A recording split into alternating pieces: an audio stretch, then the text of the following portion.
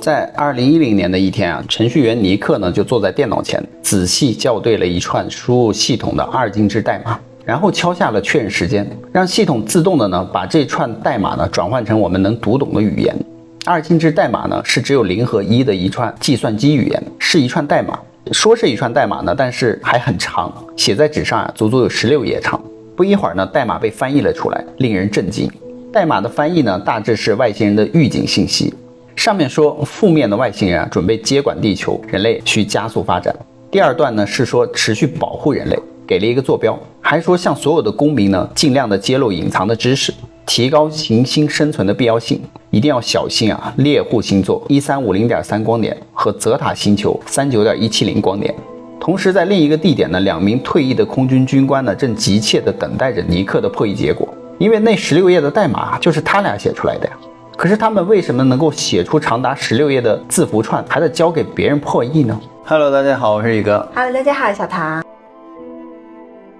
故事呢就得从1980年说起了。因为英国南部有一个叫做伦德尔孙的城市啊，距离伦敦大约113公里，靠近英吉利海峡，是个平淡无奇的小镇。12月的一天的凌晨3点呢，整个城市呢都在沉睡当中，只有附近的军事基地的值班的士兵呢还在工作。这里就是里奇文特沃斯空军基地了。当时的士兵约翰巴勒斯和巴德斯勒芬斯呢正在执行巡逻任务，忽然就发现蓝道生森林中透出了变幻不定的光线。他们随即就通知了指挥中心啊，因为还是冷战期间，所以北约国家对于苏联都十分的警惕。他们就担心呢，这是不是苏联人的飞行器入侵到了英国来刺探情报的。几分钟之后呢，经验丰富的警卫员吉姆呢就与这2名士兵会合了。他们决定一起前往光线的源头处调查一番。在途中呢，斯汀芬斯因为心理压力过大，选择退出了此次调查。余下的2个人呢，则继续的向森林的深处走去。他们循着光线前进，并最终在蓝道生的森林的一处空地上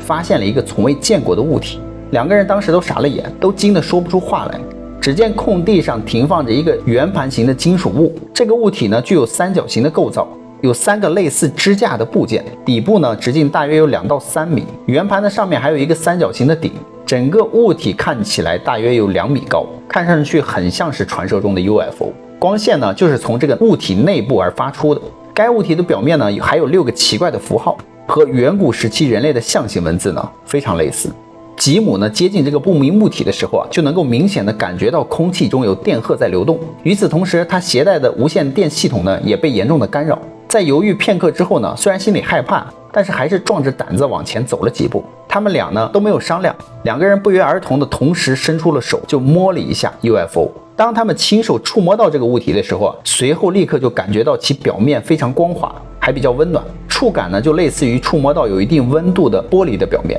就在2个人准备进一步调查的时候啊，该不明物体忽然发出了强烈的光线，光线以白光为主啊，其顶部有红色的脉冲光，底部呢有一圈蓝色的光，并迅速升到了空中，然后就消失在他们视线之外。当时他们立刻通报后啊，美军就派调查队呢来到树林里调查。带队的人名叫哈尔特中校，他说我来到这里啊，从怀疑的事发地点出发，大约进行了45米。他们原打算用强光照明来正常工作，可是却无法运行，给他们带来了一些困难。除了强光照明出现了机器故障呢，哈尔特中校的小组也遇上了无线电干扰。他们穿过声称遇到神秘飞船的地区呢，哈尔特中校就注意到附近的一些树的树皮上出现了深深的裂痕，好像是被一个庞然大物撞的。他命令一个士兵拍下照片，而他们用的盖格计数器显示啊，当地的辐射水平很高，不过只限于飞船降落的区域。就在这个时候，一个声音突然惊动了漆黑的森林。他说我们就听到了森林中啊一些动物发出了奇怪的嚎叫声，声音非常的活跃，而且还掺杂着很多可怕的噪音。其中一个士兵立刻指了指远处的一道白光，他说你看见那光了吗？哈尔特中校看见了那个发出耀眼红光的物体啊，他说我们距离事发地点呢已经有45到60米左右了，周围一片死寂，毫无疑问前方不断的闪烁着红光，有点奇怪。 UFO 就在森林里面不断的发出像太阳一样的红光。一段时间过后呢，这个 UFO 忽然开始迅速移动，并在空中分解成5个独立的单位啊，立刻消失了。哈尔特中校呢和小组成员一路追踪那个物体啊，当他们一接近那个物体后，那个物体就会后退，那个物体一直逃到了农田里面，然后啊，他就在那里待了20-30秒，突然之间那个物体就发生了爆炸，而碎成了很多白色的小碎片。哈尔特中校呢和他的成员们就走到这个农田里，在地上仔细的搜寻爆炸的痕迹，希望能够找到掉下来的东西。然而他们一无所获。值得一提的是，哈尔特还声称这些 UFO 的速度移动极快，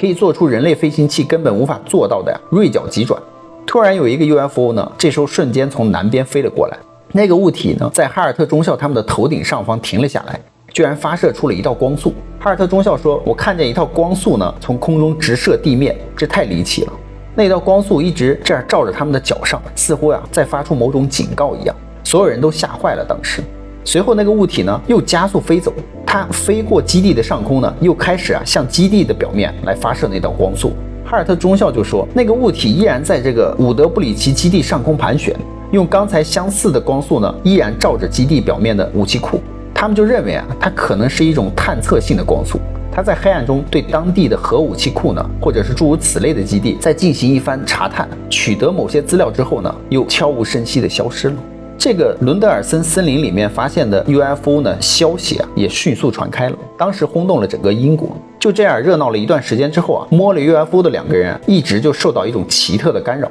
那就是当他们入睡之后，一些二进制的代码就会浮现在他们的眼前。两个人于是就把各自脑中出现的这个代码记录了下来，居然足足有16页。因为两个人当时在空军服役，所以 UFO 事件是属于军方机密，队长和中校的报告呢早就签字上交了，也被锁在了档案馆里。只要国防部不解密呢，档案的当事人就不能够泄露机密。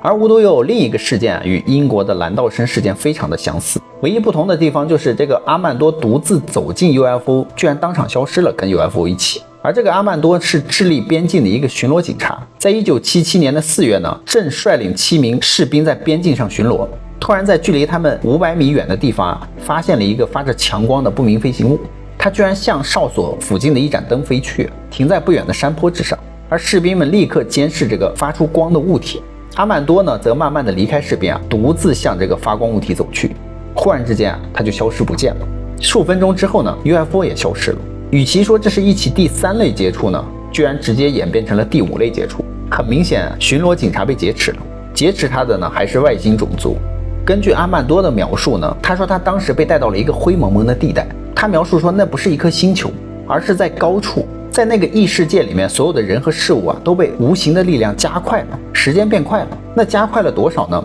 他说大概加快了5天的时间，这5天的时间足够使人变得憔悴，胡子长长。那么这起事件呢，就证明人类的躯体是可以在不同的时空生存的。而外星人就曾经对他说我们的时间只是我们这个空间所用，他们呢不会受到限制。外星人想要告诉人类的精髓呢，就是人类的身体可以并存于不同的时空，不仅在这一世，也可以在下一世。根据外星人说的这些话呢，我们就可以得出巡逻警察阿曼多在遭遇外星过客短暂的拜访地球之后被劫持，这也是外星文明间接的帮助人类的一种方式。只不过这种方式对地球人类来说相当于软暴力嘛。阿曼多15分钟之后突然又出人意料的出现在了巡逻兵的旁边，他大吼一声呢，接着就昏厥过去了。士兵们惊讶的就看到阿曼多的胡子突然之间变得很长，神情憔悴。数小时之后阿曼多醒来，大家就询问他，他说我不知道发生了什么事，但是他的手表呢比其他人慢了15分钟，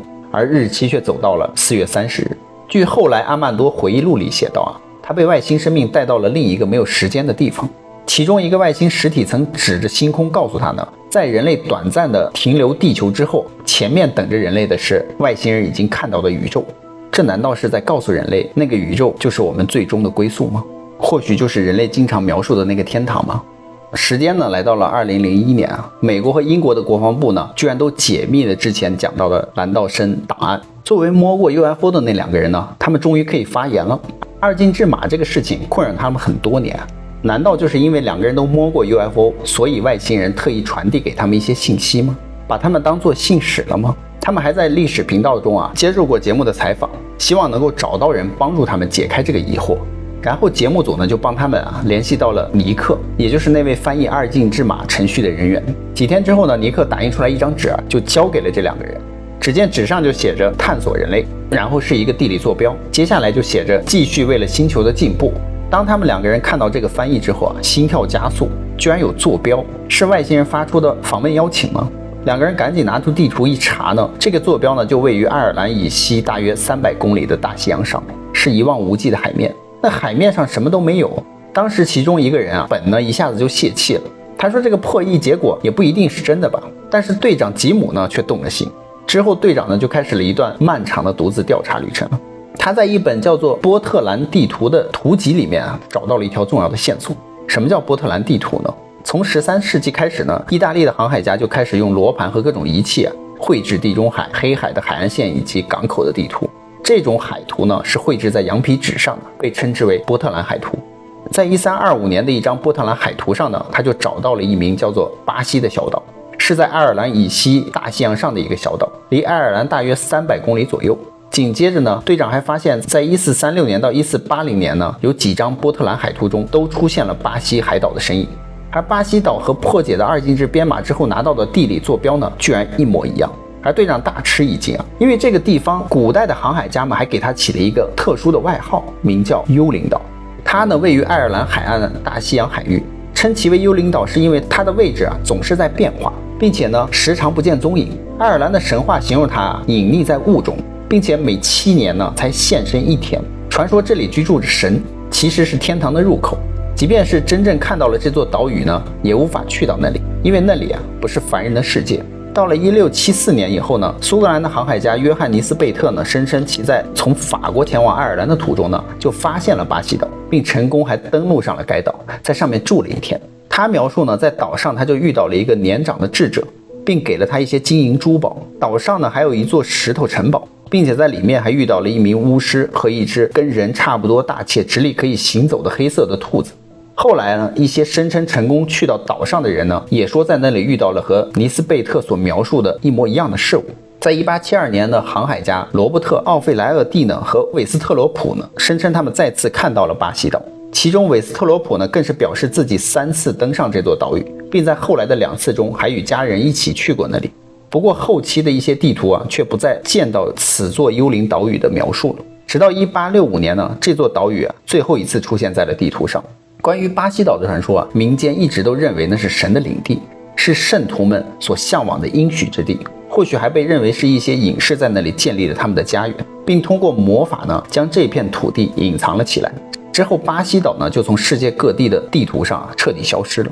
再也没有在地图上被标识了出来。队长看到这里呢，不由得就陷入了沉思，幽灵岛到底是古代制图家们创作的呢，还是真的在大西洋上他们见过这个岛呢？接下来呢，他就想要寻找到科学的证据。他在现代的海床测绘图里就发现了这样一张图啊，在爱尔兰海岸线大约200多公里的海底呢，就有一个隆起的海床，它只比海平面低了200米，被称为豪猪滩。因为它是1862年的一艘名叫豪猪号的英国测绘船发现的，于是就有了英国地质学家就提出巴西岛确实存在过，只不过由于地质变迁呢，它沉到了海底，证据呢就是这个豪猪滩。在2018年呢，爱尔兰的西南的海岸就发生了很多无法解释的亮光和不明飞行物。所有的媒体都在报道说英国航空公司还有欧洲的航空公司的飞行员们在飞过大西洋的时候，突然就看到一些闪亮的物体贴着飞机划过。飞行员们有的看到的是 UFO 一样的圆盘状的物体，有的看到的是球状的一个亮光，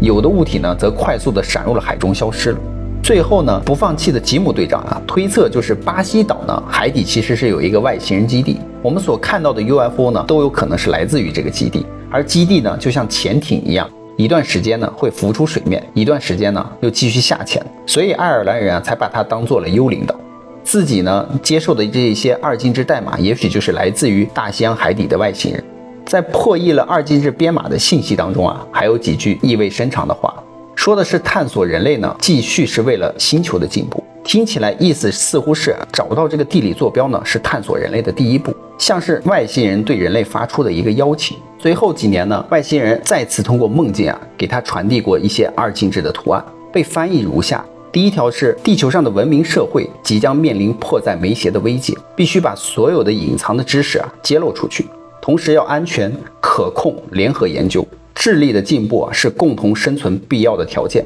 第二条呢说，迎接这艘太空船的威胁，他们已经在12光年外的空间中做了一个紧急的000旅程，而光电感应器的嵌入式已经准备好了。第3条代码翻译是揭示出了他们到底是谁。他们号称是皇家埃莫瑟警告，这些外星人称自己为埃莫瑟，似乎这个警告是来自于他们文明的皇室家族。第4条信息揭示了队长呢相当于是信使，而外星人说看到了明亮的辉光，要求他告诉地球。而小星猎户星座 1350.3 光年和泽塔星球 39.170 光年，此条信息呢指出要小心猎户泽塔星的灰人，你们要防备假礼物以及他们的破碎的承诺，有许多的痛苦，但还来得及。我们反对欺骗，管道关闭，承认这一点。